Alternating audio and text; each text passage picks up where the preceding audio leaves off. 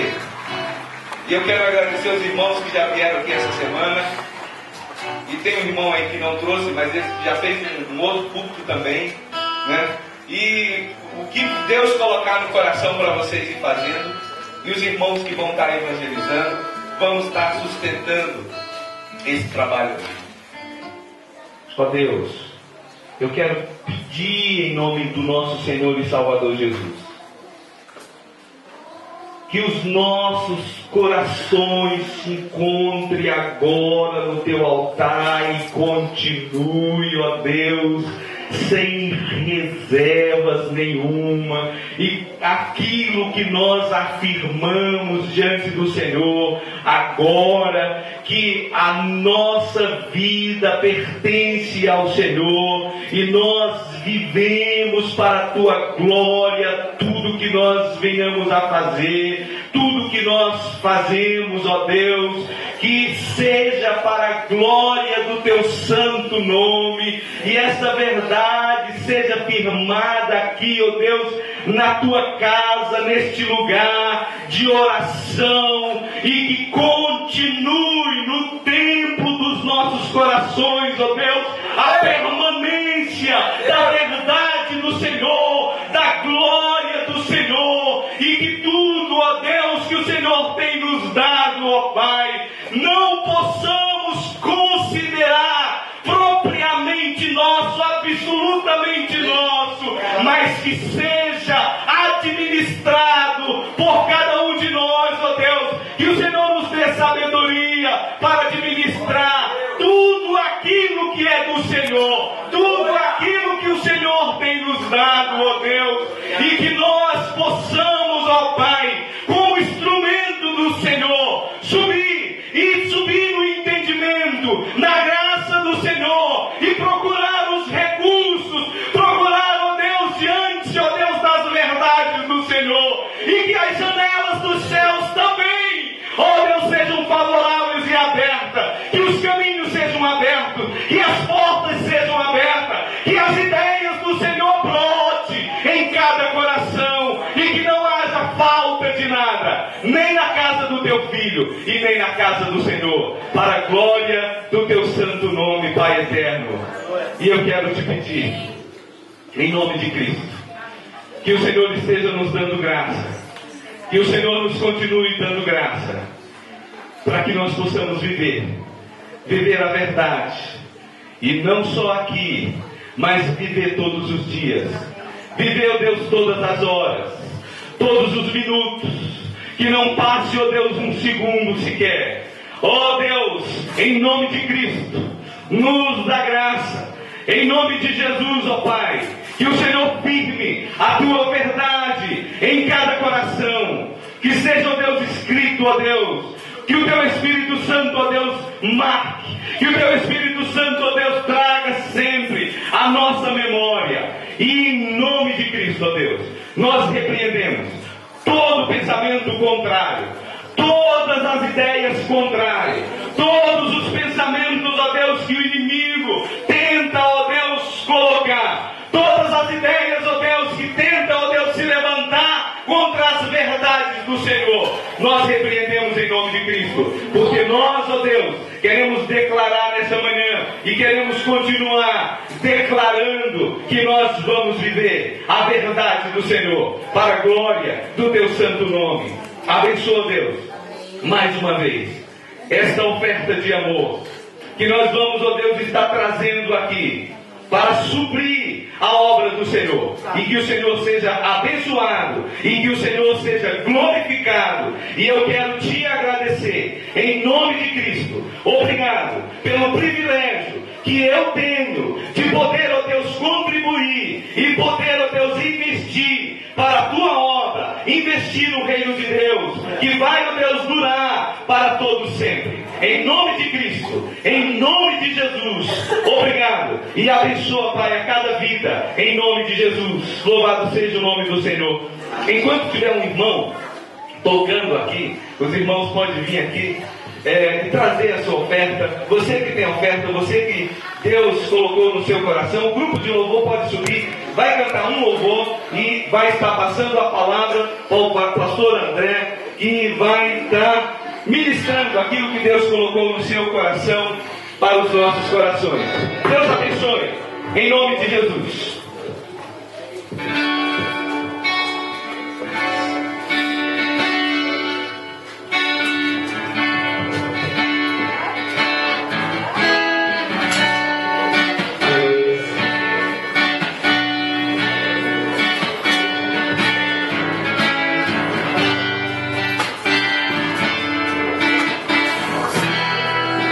Sentado à mesa do Pai, ao que está sentado no trono,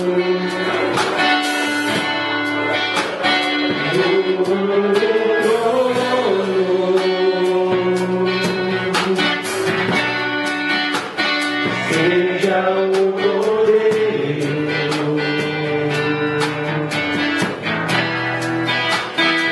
seja o coração,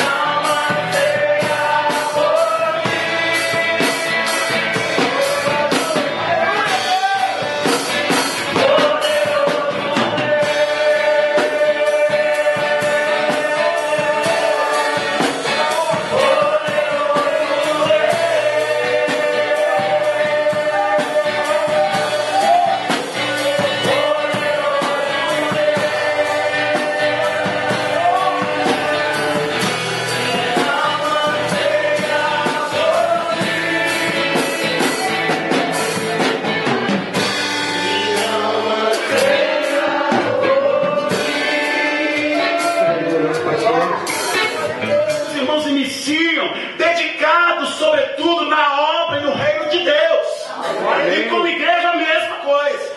Perseverança, continuidade e dedicação é o princípio que o texto nos apresenta. Número 2. Qual o segundo princípio? O segundo princípio que o texto nos apresenta é a reverência, o respeito e o temor. Verso de número 43 nos diz isso. Em cada alma havia temor, e muitas maravilhas e sinais eram feitos pelos apóstolos. Olha que interessante. Em cada alma havia temor, e muitas maravilhas e sinais eram feitos pelos apóstolos. Quero agora de novo desconstruir uma outra ideia muito comum nas ministrações, colocando aqui os sinais e as maravilhas como princípio. Eu quero propor uma outra coisa aqui no versículo de número 43. Que outra coisa? Que seja elegido como princípio o temor. Não os sinais e as maravilhas, mas o temor. Que seja isso o princípio que o texto aqui nos apresenta. Não os sinais e as maravilhas operados e realizados pelos homens apóstolos, mas o temor. O temor, o respeito, a reverência. Que seja isso o princípio que o texto nos apresenta. Ah, irmãos, um montão de gente banalizando a ação de Deus. E aí você vai entender perfeitamente que faz sentido essa questão do temor nesse verso número 43, junto com a operação de milagres, de maravilhas e de sinais. Por quê? Porque há um montão de gente banalizando essa ação. Então vejam só, a banalização primeiro começa por aqueles que fazem. Irmãos e irmãs, todos os apóstolos, usados pelo Espírito Santo, lá no primeiro século, para operar os sinais, para operar as maravilhas, para operar os milagres, eles faziam tudo aquilo com muito temor, com muito respeito, com muita reverência. Aquilo não era banalizado. Nenhum dos apóstolos se tornou um pobre estado do milagre. Nenhum deles se tornou o bambambam das maravilhas. Nenhum deles se tornou o cara, o ungidão do que faz e acontece. Não. Cada milagre, cada sinal, cada ação sobrenatural por um dos apóstolos era sempre feito com muito temor, com muito respeito e com muita reverência. Sabe por quê? Porque eles sabiam que eles eram apenas vasos, instrumentos, pessoas nas mãos de Deus. E a obra vinha de Deus, o sinal vinha de Deus, o milagre vinha de Deus. E eles eram apenas vasos, instrumentos nas mãos do Senhor. Por isso, eles realizavam aquilo com temor. Por isso, eles realizavam aquilo com reverência e com respeito. Infelizmente, isso não tem sido observado nos dias de hoje. Porque os líderes são muito tentados a se promoverem através dos milagres, através das maravilhas e através dos sinais. Deus usa o sujeito para curar alguém, para exorcizar uma pessoa de um demônio imundo. E o sujeito usa aquilo como marketing, usa aquilo como promoção pessoal. O que está ocorrendo aí? Perca do princípio do temor, da reverência e do respeito. Então eles vão usando aquilo como autopromoção de si mesmos ou promoção do seu próprio ministério, de sua própria igreja. E colocam essas coisas nas placas, colocam essas coisas em outdoors, colocam essas coisas em tudo quanto é lugar, vai veiculando isso, usando isso como propaganda e como marketing. Quando o líder começa a usar dos sinais, das maravilhas e do sobrenatural como marketing, como propaganda, como autopromoção, é porque ele perdeu o temor, o respeito e a reverência. E é isso que o texto está chamando nossa atenção, irmãos e irmãs. Vejam só, em cada alma havia temor. Temor. Esse é o princípio que precisamos observar. E não necessariamente os sinais e as maravilhas, mas o temor. Mas vejam só, isso também se perdeu não só pelos que praticam, mas pelos que buscam. Falamos dos que praticam, dos que realizam os sinais e as maravilhas. Mas há também a perda do temor, do respeito, da referência pelos que buscam os sinais, as maravilhas e o sobrenatural. Por quê? Porque as pessoas estão indo atrás desses sinais, dessas maravilhas, como vão ao supermercado comprar algum produto. Então eles entram na igreja como se fosse um supermercado espiritual, e vai andando nas prateleiras, nas gôndolas, e eles vão pegando como pega o produto do arroz, do feijão, o óleo, a farinha, a carne, os legumes, etc. Então ele vai passando e vai olhando na prateleira, nas gôndolas, e vai pegando a cura, e pega aqui o exorcismo, e pega aqui a prosperidade, e pega aqui não sei o quê, e ele vai entrando nesse mercado espiritual, religioso, gospel, lançando mão dos produtos. O que é isso? Perca da reverência, do respeito e do temor. Quando as pessoas começam a buscar esses sinais e essas maravilhas, como se estivessem indo ao supermercado buscar um produto, é porque o temor já foi embora, é porque o temor não mais existe na vida dessa pessoa.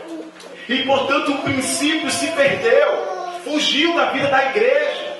Irmãos e irmãs, é preciso que a igreja tenha como princípio fundamental o temor, o respeito, a reverência pelo sobrenatural, pelo milagre, pelos sinais. É óbvio que o Deus de ontem, do primeiro século, que fez tantas coisas pelos apóstolos, é o mesmo Deus de hoje. Que cura, que liberta, que transforma, que tira demônio das pessoas, que traz o morto à vida, que limpa aquele que está enfermo. É lógico. Mas tudo isso precisa ser buscado com temor, com reverência e com respeito. Amém. Os sinais de Deus não são produtos num grande supermercado. Os milagres e a ação de Deus não são coisas que estão disponíveis que eu posso lançar a mão do meu dinheiro e comprar como se estivesse consumindo aquilo, irmãos e irmãs. Isso é perca do temor, gente. E esse princípio muitas vezes está longe da vida de tantas igrejas. Precisamos resgatar para a vida e para a dinâmica da igreja o temor, o respeito, a reverência pelo sobrenatural, pelos sinais e pelas maravilhas que Deus opera. Amém. Através das pessoas que estão na igreja. Mas que tudo isso seja visto tanto pelos que operam, quanto pelos que buscam, com reverência, respeito e muito temor. Mas há também a perda do temor desse princípio pelos que desconfiam. Então há a perda pelos que operam, há a perda do temor pelos que buscam e há a perda do temor pelos que desconfiam. Então como é que funciona esse terceiro grupo? É aquele grupo que está vacinado, é aquele grupo que está com o pé atrás porque ele já observou que foi banalizada a questão dos sinais, das maravilhas e do sobrenatural. E aí ele começa a ficar atrás. Ele começa a ficar desconfiado, com a pulga atrás da orelha, como a gente diz no popular. E o que isso gera? Gera incredulidade, gera desconfiança. Aí o sujeito ele sai de um extremo e pula para outro extremo. Aí ele começa a duvidar. Aí Deus cura o enfermo e ele diz: mas será que ele foi curado mesmo? Será que isso não é uma enganação? Aí o demônio é expulso e ele diz: mas será que foi expulso mesmo? Será que esse capeta não continua aí? Então ele começa a duvidar, ele começa a se tornar um incrédulo, e ele não vê mais aquilo como uma ação de Deus, como uma atuação de Deus. Esse sujeito que age assim acerca do milagre, do sinal, das maravilhas, também perdeu o temor, também perdeu o respeito, também perdeu a reverência. Os que praticam, os que buscam e os que são incrédulos, que desconfiam, os três grupos perderam o temor. Então, ao olhar para uma ação de milagre de Deus, eu preciso olhar com reverência, com temor. E não desconfiar daquilo só porque eu tenho visto que isso tem sido banalizado aí fora. A banalização e o mau uso dos milagres, dos sinais e das maravilhas de Deus não anula a verdade de que Deus continua vivo, ativo e operando na vida das pessoas para curar, transformar e libertar. Apesar do mau uso, dos exageros, apesar das distorções, apesar do mau uso de tudo isso, mas mesmo assim a verdade continua valendo para todos nós. Então o segundo princípio é a reverência, o respeito e o temor. Terceiro princípio: uma igreja, por princípio, precisa ter o princípio da reunião, da congregação e do culto. Verso 44 nos diz isso: todos os que criam estavam juntos. O verso 45 também nos dirá algo parecido: vendiam suas propriedades e bens e repartiam com todos, segundo a necessidade de cada um. O 46a agora: perseverando unânimes todos os dias do tempo. Aqui está um terceiro princípio que esse texto está nos apresentando, que é fundamental para a vida e para a dinâmica da igreja. Que terceiro princípio é esse? A reunião, a congregação, o estar junto. Igreja só é igreja se ela tem tempo para estar junta. A igreja só é uma agência espiritual, uma expressão do reino de Deus, se ela tem na sua agenda oportunidade para estar reunida.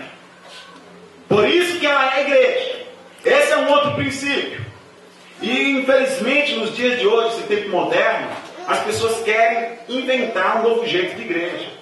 Como? Não precisa de reunião. Não precisa de a gente estar junto. Não precisa de a gente ter culto, de a gente estar junto com as coisas. Não precisa de nada disso. A gente pode simplesmente ser crente em casa. Cada um na sua.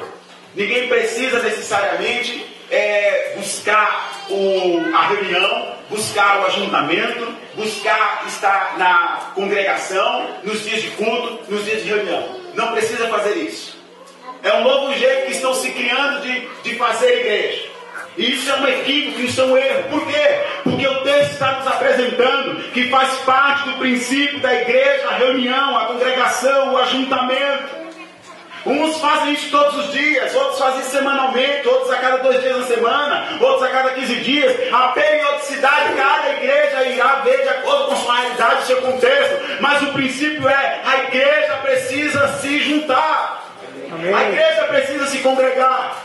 Aleluia. Lá em Hebreus, já nos diz que ninguém deve perder o hábito, o costume de estar junto, de se congregar, como alguns já o têm feito. Segundo o texto de Hebreus nos fala. Então, amados e queridos irmãos, esse é um outro princípio fundamental. Podemos estabelecer muitas estratégias de como a igreja funcionar, mas nenhuma igreja deve tirar da sua agenda a oportunidade da reunião, a oportunidade de estar junto, a oportunidade de celebrar e adorar num só ajuntamento, num só corpo, todos juntos. Por quê? Porque esse é um princípio fundamental. Número 4, quarto princípio. Liberalidade e generosidade. Está no verso 44. Todos os que criam estavam juntos e tinham tudo em comum. Tinham tudo em comum. 45. Vendiam suas propriedades e bens e repartiam todos segundo as necessidades de cada um. De novo, eu estou desconstruindo aqui uma outra visão muito pregada tradicionalmente. Essa questão do repartir, do vender, até porque isso na história da igreja nem funcionou muito bem a maneira como eles desenvolveram isso. O princípio aqui não é que cada um sai por aí vendendo seus bens, suas propriedades e para colocar tudo na igreja. Embora, infelizmente, há alguns grupos hoje em dia que pregam assim e desafiam as pessoas a fazer isso. Venda tudo que você tem, venda seu carro, venda sua casa, venda suas coisas, traga tudo aqui e deposita aqui na igreja. Mas não é esse o princípio que está sendo retratado aqui. Qual é então o princípio, pastor? É o princípio da generosidade, da liberalidade.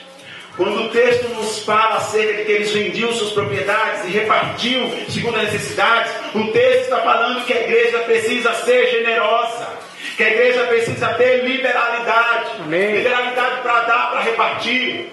Irmãos, olha só, eu não acredito no jeito como se prega a prosperidade aí fora. Mas eu creio na prosperidade, eu quero ser próspero e eu também quero ter dinheiro. Agora, presta atenção. Quanto mais nós ganhamos, mais nós devemos repartir. Amém. Deus nos dá muito para que a gente reparta muito. Glória a Deus. Deus nos dá muito para que a gente divida muito. Amém. Não é para acumular, não é para eu ter um celeiro enorme de bens, de dinheiro, disso, daquilo, não. Amém. Sim, amados queridos irmãos e irmãs, Deus. e ganhe muito dinheiro, tenho muitos bens, muitas propriedades. Para que, pastor, tudo isso? Para que você reparta, para que você divida, para que você tenha liberalidade, para ajudar o menos necessitado, o menos favorecido, para você ajudar o pobre, o miserável, ao que não tem. Sim, use sua inteligência, use sua mente de Cristo, use seus talentos e seus dons para ganhar muito. Para quê? Para acumular, para eu me bandear lá para o litoral e curtir tudo isso no bem bom e os outros que se dane? Não! Para que você tenha liberalidade, generosidade para dar. Quanto mais Deus te der, mais você deve dar. Quanto mais Deus te oferecer, mais você deve repartir. Essa é a matemática de Deus. É assim que Deus quer as coisas. Ele me dá muito para quê? Para que eu reparta muito. Para que eu olhe para as pessoas ao meu lado, ao meu redor. E eu não possa me autogloriar com o muito que eu tenho, mas eu possa, de maneira humilde e generosa, pegar esse muito e repartir. E dar, e ser generoso e ter liberalidade. É assim que a igreja deve ter. Esse é o princípio da Escritura, é o princípio que é o fundamento da vida da igreja: liberalidade e generosidade. Amém. Que esta igreja tenha muito, que esta igreja prospere, que esta igreja seja rica, mas não para ficar mergulhando no seu dinheiro, nos seus bens, nas suas propriedades, mas que ela possa repartir aos pobres e aos menos necessitados, para que ela possa dar e distribuir àqueles que não têm. Esse é o princípio da Escritura: generosidade e liberalidade. Quinto e último. Qual é o quinto e último princípio que o texto nos apresenta? É a comunhão. O verso 46 nos diz isso, que fala assim: perseverando, unânimes todos os dias do templo, e partindo o pão em casa, comiam juntos, com alegria e singeleza de coração. Aqui está o último princípio que esse texto está nos apresentando, que é fundamento da vida da igreja, de uma igreja de princípios: a comunhão. Amados e queridos irmãos, nós precisamos ter comunhão uns com os outros. A nossa parceria, a parceria que fizemos com esse ministério, a Igreja Batista Xangri-Lá, a Igreja Batista Betel, não é só uma parceria do ponto de vista utilitário. Não é só visando o trabalho em si. Nós não estamos buscando mão de obra. Que Deus nos livre de pensarmos assim. Irmãos, pastor Paulo, irmãos daqui de Caçapava, nós não estávamos buscando outra igreja para usá-los como mão de obra aqui, não. Em hipótese alguma, jamais os irmãos pensem assim, porque nós nunca pensamos, e eu sei que os irmãos não pensam isso. A visão não é utilitária, não é pragmática. Porque para além do trabalho, para além da mão na massa, está a comunhão. Que bom conhecer o pastor Paulo. Que bom ver um outro calvo que nem eu assim. Cara, que coisa boa, gente. Que coisa linda é isso. É maravilhoso. É tremendo. Olha, quando esse conterrâneo pastor baiano como eu, coisa linda é isso. Olha essa comunhão boa, gente. É o princípio da igreja. Nós estamos buscando a parceria pela obra e constituímos uma nova comunhão. Eu já tenho muitas casas para vir tomar um café aqui em Caçapava. Oh, coisa boa. Oh, isso é maravilhoso, irmãos. É a comunhão. Nos conhecemos há tão pouco tempo e já nos amamos. Amém. Esse povo é tudo doido. Conheceram outro dia e já chegam e se abraçam, se beijam e se tratam como se tivesse conhecido há anos, como se já vivesse tanto tempo juntos e só tão poucos dias, alguns meses, algumas semanas só. O que é que faz isso? É o amor de Cristo que rasga a igreja. Glória a Deus. A comunhão uns com os outros. Amém. E vai ser lindo. Olha só, é a igreja aqui, com a Igreja Batista Betel, com a Xangri-Lá, com São Paulo. Quem sabe um dia possamos promover um grande congresso, todos juntos, quem sabe um dia. Fazemos uma série de conferências todos juntos, aqui em Caçapava, lá em São Paulo, sei lá de que jeito, de que maneira, mas tudo isso é possível. Para que a nossa comunhão seja sempre acesa, sempre viva, e possamos trocar os dons espirituais, ministrarmos uns aos outros, compartilhar as experiências que Deus tem nos dado. Isso só é possível pelo princípio da comunhão. Glória a Deus. É isso, irmãos, que nós não podemos perder. Queridos, em nome de Jesus, eu realmente assumo um compromisso com os irmãos, que a gente não deixe que crie mato no nosso caminho. Sabe como é essa história de deixar crescer o mato no caminho? É quando a gente deixa de trilhar por aquele caminho, aí o mato vai crescendo, crescendo. Vamos sempre andar por esse caminho para que o mato não cresça. Amém. Vamos sempre manter a comunhão, estar sempre juntos. Não vamos deixar, não vamos nos distanciar. Nós não estamos encerrando nada aqui, pelo contrário, estamos iniciando e começando um novo momento, um novo relacionamento, uma nova comunhão. Por que tudo isso, pastor? Porque isso é princípio da palavra de Deus. É princípio de fundamento para a vida da igreja. A igreja que é a igreja que é a agência espiritual, a igreja que é a expressão visível do reino de Deus, é uma igreja que tem comunhão. Comunhão entre os irmãos daquela mesma igreja, comunhão com a igreja do lado, com a outra igreja, e vamos caminhando assim. Por quê? Porque servimos o mesmo Deus, amamos o mesmo Cristo e somos usados pelo mesmo Espírito Santo. Por isso que devemos ter essa comunhão, amados e queridos irmãos. E nunca devemos deixar que isso, sob hipótese alguma, se perca.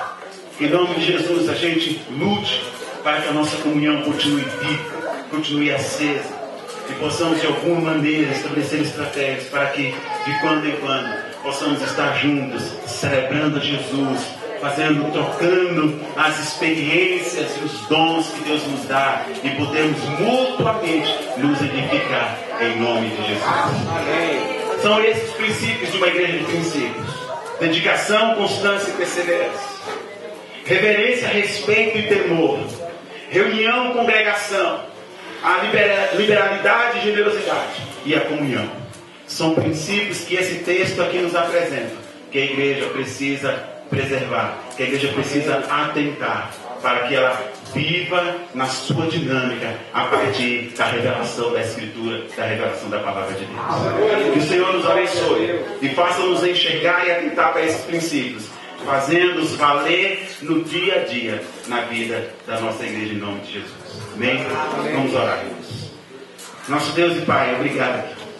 Obrigado por nos ter falado, por nos ter ensinado, ministrado. Amém. Na verdade, obrigado por todo o encontro, por tudo que aconteceu, cada palavra, cada cântico, cada palavra que dita, cada oração, tudo que aconteceu nessa reunião, nós te louvamos por isso.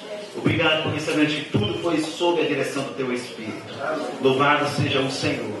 Nós te louvamos, te agradecemos por tudo. Em nome de Jesus. Amém. Amém. Deus abençoe, queridos. Em nome de Jesus.